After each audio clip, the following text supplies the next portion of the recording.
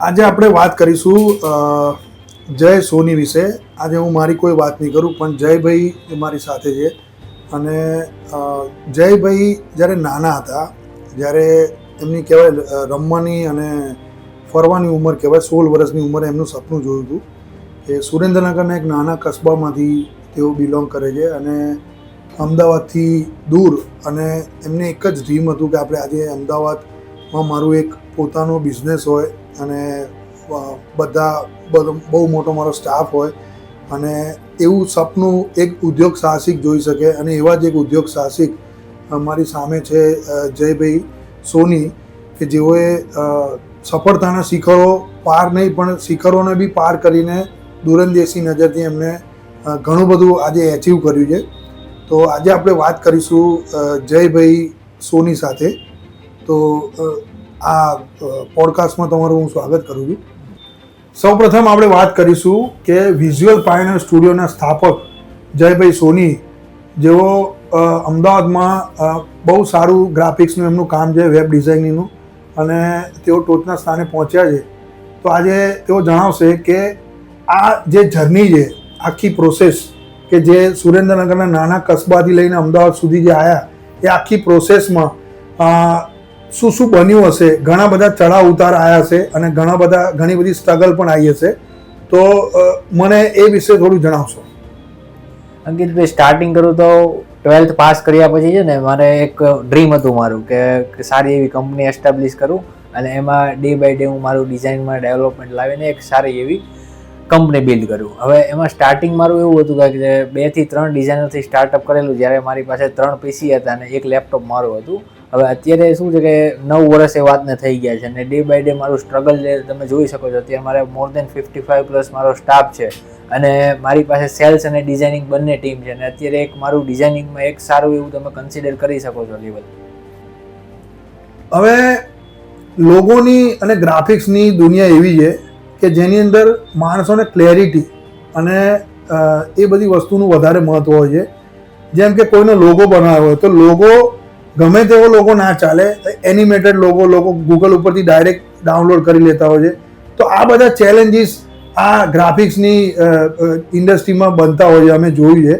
તો તમે logo designing કસ્ટમરને કેવી રીતે પૂરી પાડો છો અને કસ્ટમર એ ડિઝાઇનિંગથી કેવી રીતે સેટિસ્ફાઈડ થાય છે, અને આ બધી બાબતોને અત્યારે બહુ જ ધ્યાનમાં લેવામાં આવે છે.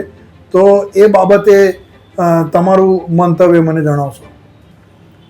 100% તમારો ક્વેશ્ચન જે છે ને મેઇન છે કે અમારે જે ટ્રાન્સપરન્સી જે હોય છે, કઈ રીતે બિઝનેસનું ડેવલપમેન્ટ થાય, અથવા તમારો જે લોગોનું કોઈ પ્રોજેક્ટ હોય તો એની પર કઈ રીતે વર્કઆઉટ થાય મેઇન છે, અને કસ્ટમરનું સેટિસ્ફેક્શન મેઇન છે. તો એમાં અમે છે ને એક્સપિરિયન્સ ડિઝાઇનર આપીએ છીએ, જે ડેડિકેટેડલી કસ્ટમરની પાછળ રહી એનું ઇનપુટ જાણે, બિઝનેસ જાણીને એને સેમ્પલ્સ આપે છે જુદા જુદા. અને પછી જે કસ્ટમરની સાઈડથી માનો કે જે રિવ્યૂ આવે, ફીડબેક આવે, એની ઉપર અમે વર્કઆઉટ કરીને ફાઇનલ લોગો આપીએ છીએ. જુદી જુદી ફાઇલ સાથે અમે લોગો આપીએ છીએ. લોગો સિવાય આ સેમ મેથડ અમે website design, stationery designs, brochure, pamphlet, packaging design આ બધામાં અમે કરીએ છીએ. હવે અત્યારની દુનિયામાં જોઈએ તો કોમ્પિટિશન એટલી બધી વધી ગઈ છે કે અમદાવાદ આજે આપણે એવું ગણીએ મહાનગરથી વિશેષ થઈ ગયું છે. જેમ કે મુંબઈને આપણે મહાનગર કહેતા હતા, પણ હવે હું મુંબઈને મહાનગર નથી કહેતો, અમદાવાદને મહાનગર કહું છું. કેમ કે અમદાવાદની વસ્તી ને એનો વ્યાપ જોતા એટલું મોટું અમદાવાદ થઈ ગયું છે. તો એની સામે ચેલેન્જીસ બી એટલા છે. જેમ કે આપણે જોઈએ કે ગ્રાફિક ડિઝાઇનિંગની દુનિયામાં પણ પાનના ગલ્લાની જેમ એટલા બધા ગ્રાફિક ડિઝાઇનરો છે, પણ દરેક ગ્રાફિક ડિઝાઇનરો ક્વોલિટી વર્ક નથી આપતા.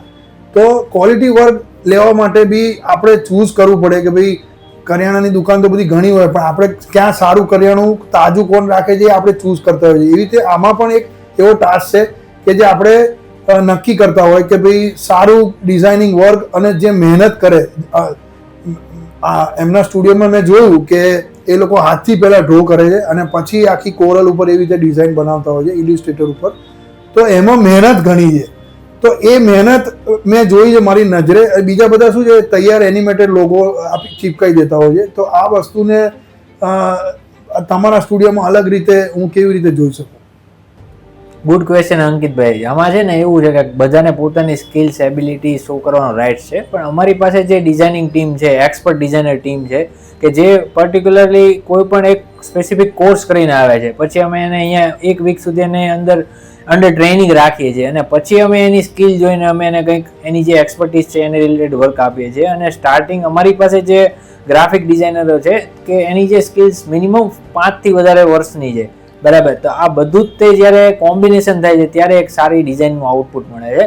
અને અમારી પાસે આવો 55 થી વધારે ડિઝાઇનરનો સ્ટાફ છે કે જેની પર્ટિક્યુલર કોઈ ના કોઈ એવી એક્સપર્ટીઝ છે કે જે ડિઝાઇનિંગમાં અમને હેલ્પફુલ થઈ શકે છે. જેમ કે સ્ટેશનરી ડિઝાઇન્સ છે તો એના પર્ટિક્યુલર સ્ટાફ, બરાબર. એના સિવાય લોગો ડિઝાઇન છે તો એમાં કોઈ હેન્ડ્રો વાળો છે, એના સિવાય એની પર ડેવલપમેન્ટ કરવા વાળો, કલર કોમ્બિનેશન માટે ફાઇન આર્ટ્સનો, તો જુદા જુદા અમારી પાસે ઘણા બધા સ્ટાફ છે કે જે આ બધું કોમ્બિનેશન થઈને એક કંપની બિલ્ડ કરાવડાવે છે અને એક સારી એવી ઇમ્પ્રેશન આપે છે અમારી.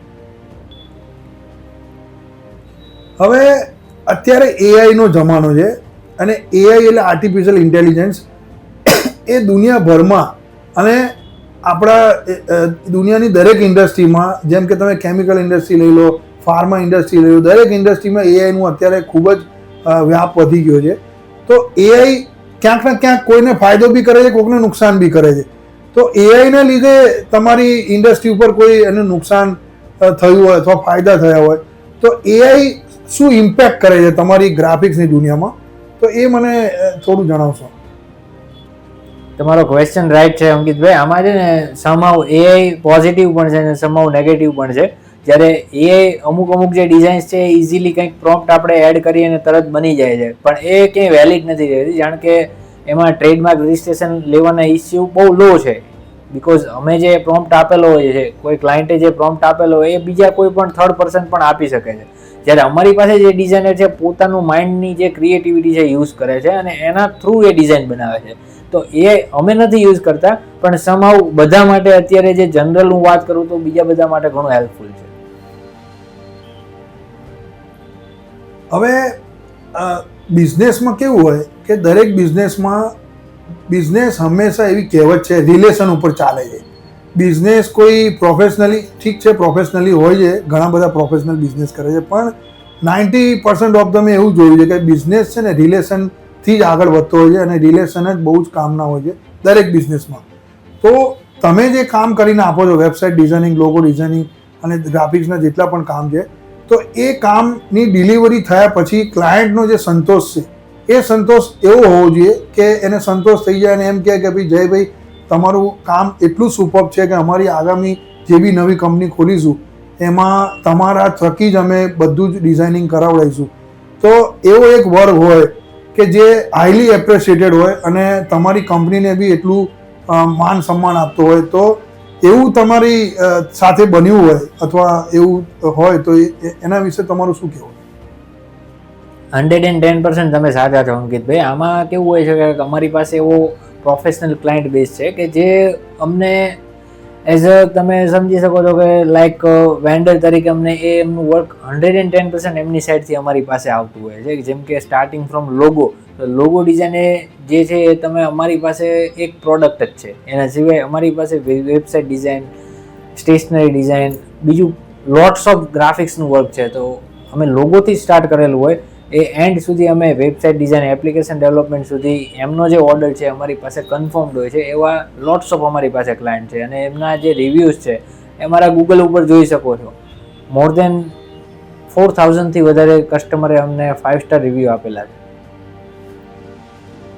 હવે આપના બિઝનેસમાં આઉટસોર્સિંગ વર્ક જે છે એનું પણ ઘણું બધું મહત્વ છે. જેમ કે એબ્રોડથી ઘણા બધા લોકો, કારણ કે આઉટસોર્સિંગ એટલા માટે કરાવે છે અને આઉટસોર્સિંગ ઘણા બધા ફિલ્ડમાં છે. જેમ કે ચાર્ટર્ડ એકાઉન્ટન્ટમાં બી આઉટસોર્સિંગ કામ, એકાઉન્ટ્સના ઘણા બધા કામ થતા હોય છે.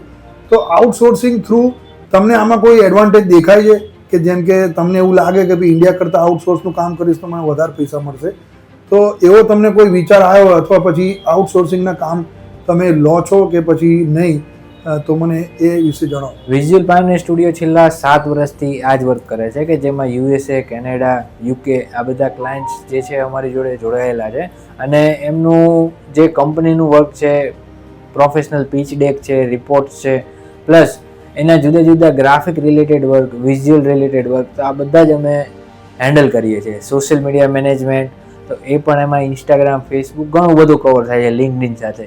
તો બધું જ વિઝ્યુઅલ પાયોનિયર સ્ટુડિયો હેન્ડલ કરે છે અત્યારે. હવે ગ્રાફિક્સ એક એવો બિઝનેસ છે અને વિઝ્યુઅલ પાયોનિયર સ્ટુડિયોના માધ્યમથી હું એ જાણવા માંગીશ કે ડિલિવરીનું મહત્ત્વ. જેમ કે તમે માની લો કે મેં તમને આજે સવારે 11 વાગે ફોન કર્યો કે મને જયભાઈ મારી કંપની નવી મેં એસ્ટાબ્લિશ કરું છું અને 5 લોગો મારે નવા બનાવવાના છે, તો મેં એક એપ્રોક્સ તમને થીમ આપી, તો એ થીમમાં મને બનાવીને આપો અને તમે મને ટાઈમ આપ્યો 5 વાગ્યાનો. તો ટાઈમ ટુ ટાઈમ ડિલિવરીનું જે મહત્ત્વ છે એ આમાં બહુ જ હોય છે. તો તમે ટાઈમ ટુ ટાઈમ એ બધી ડિલિવરી આપી શકો છો, અથવા એ ડિલિવરી ના આપી શક્યા તો કસ્ટમર ઇરિટેટ થઈ જાય, તો એવા પ્રસંગો ક્યારે બને છે? અમારી પાસે પહેલાં તો ક્લાયન્ટને અર્જન્સી છે, સપોઝ તમે આજે ઓર્ડર કરો છો અને તમારે આજે ને આજે ડિલિવરી જોઈએ છે, તો અમારી પાસે અલગ સ્ટાફ છે કે જે તમારું તરત જ અર્જન્ટ બેઝ તમારી રિક્વાયરમેન્ટ લે છે, ઇનપુટ લે છે અને તમારા જે ઇનપુટ ઉપર વર્કઆઉટ કરીને તમને સેમ્પલ્સ આપે છે. સપોઝ મેં તમને 5 વાગ્યાનો ટાઈમ આપેલો છે, તો હું 5 વાગ્યા સુધી તમને એક્સપોર્ટ કરીને સેમ્પલ્સ પ્રોવાઈડ કરી દઉં છું. પછી તમે એને પ્રિવ્યૂ કરો, ફીડબેક આપો, તો એ પછી તમારો કોલ છે. બાકી મારી સાઈડથી તમને ઓન ટાઈમ ડિલિવરી મળી જાય છે. એ તમે વિઝ્યુઅલ પાયોનિયર સ્ટુડિયો ઉપર તમે એટલો ટ્રસ્ટ રાખી શકો છો. હવે બિઝનેસની ભાષા એવી છે કે બિઝનેસ અસંખ્ય બિઝનેસ છે. અસંખ્ય એટલે તમે નાનામાં નાનો પાણીનો બી બિઝનેસ હોય છે. બિઝનેસના કોઈ પેલા માપદંડો નથી, બહુ જ બધા બિઝનેસ છે.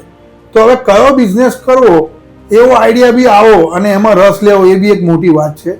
તો તમે જે આ બિઝનેસ ચૂઝ કર્યો તો કેવી રીતે કર્યો હતો? આ બિઝનેસને ચૂઝ કરતા સમયે તમને વિચારો આવ્યા હશે કે હું આ કરું, પેલું કરું, તો આ જ બિઝનેસને ચૂઝ કર્યો, તો એ ચૂઝ કરવા પાછળના કયા રીઝનો હતા? અંકિતભાઈ, મારી સ્ટડી છે ને રિલેટેડ ટુ આઈટી ફિલ્ડ અને કોમ્પ્યુટર એન્જિનિયરિંગની હતી. તો ઇનિશિયલી જ્યારે હું કોલેજમાં હતો તો ત્યારથી જ તે મારો જે કોર્સિસ છે એમાં ક્યાંક ને ક્યાંક ગ્રાફિક્સનું ઇન્ક્લુઝન હતું. તો એનાથી જ તે મને ઇમ્પ્રેશન મળેલી અને પછી જ તે મેં સ્ટાર્ટ કરેલું ગ્રાફિક ડિઝાઇનનું કોર્સ કરેલો. અને ગ્રાફિક ડિઝાઇન ઉપર મેં કોરલ ડ્રો, ઇન્સ્ટ્રેટર, આ બધી જુદી જુદી જે છે અત્યારની સોફ્ટવેર, એના ઉપર મેં નિપુણતા મેળવી અને પછી મેં આ વર્ક સ્ટાર્ટ કરેલું. અને અત્યારે તમે જોઈ શકો છો કે મારી પાસે અત્યારે graphics related A to Z knowledge છે. હવે કૃપા શબ્દનું અહીંયા મહત્વ હું બતાવું છું કે કૃપા એ બહુ મહત્વનો પાર્ટ છે જીવનમાં. સફળ બધા થાય છે એવું માને છે કે હું મારી બુદ્ધિથી સફળ થયો, પણ સફળતા છે ને એ ઘણા બધા પેરામીટર્સથી મળતી હોય છે. જેમ કે બુદ્ધિ તો તમે આપી, બુદ્ધિ કોને આપી? બુદ્ધિ તમને ભગવાને જ આપી છે. તો એ બુદ્ધિનો તમે યુટિલાઇઝ કર્યો, તો એ બુદ્ધિની સાથે કૃપા બી મહત્વની છે. હવે કૃપામાં એવું છે કે તમારા જે પણ ગુરુજી હોય, જે પણ ભગવાન હોય, મને ખબર નથી, તો એમનો પણ ક્યાંક આમાં ફાળો હોય કે ભાઈ દરેક માણસનો એક દસકો આવે છે, એવું આપણા ગયડાઓ કહેતા હતા અને એ વાતમાં હું પોતે બિલીવ કરું છું. તો તમારો દશક અત્યારે ચાલુ જ છે. આજે વિઝ્યુઅલ પાયોનિયર સ્ટુડિયોને 9 વર્ષ પૂરા થઈ ગયા છે. 10મું વર્ષ હવે શરૂઆત થશે થોડાક સમયમાં. તો આ જે જર્ની છે એ કૃપા તો ફૂલ આપની ભગવાનની થયેલી છે.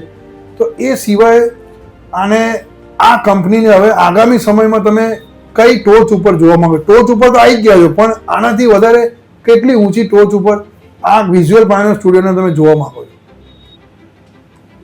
યસ, રાઈટ અંકિતભાઈ, તમે જે કીધું એ 110% સાચું છે. તો અત્યારે અમે જે ફિલ્ડમાં છીએ, જેમાં ગ્રાફિક્સ, વેબ, એપ્લિકેશન, આ બધું તો અમે કવર કરી ચૂકેલું છે. હવે અત્યારે જે આનું એનલાર્જમેન્ટ ચાલી રહ્યું છે, તો એ ઇન્ટિગ્રેટેડ સોફ્ટવેર્સ છે. એ ઇન્ટિગ્રેટેડ કોઈ મશીનમાં જે જુદા જુદા સોફ્ટવેર્સ યુઝ થાય છે, જુદી જુદી સ્ક્રિપ્ટ યુઝ થાય છે, તો અમે હવે અત્યારે એના ઉપર વર્કઆઉટ કરી રહ્યા છીએ. ને હવે આગામી 2 થી 3 વર્ષમાં અમારી જે ઓફિસ છે બેંગ્લોર, હૈદરાબાદ અને દિલ્હીમાં આપને જોવા મળશે.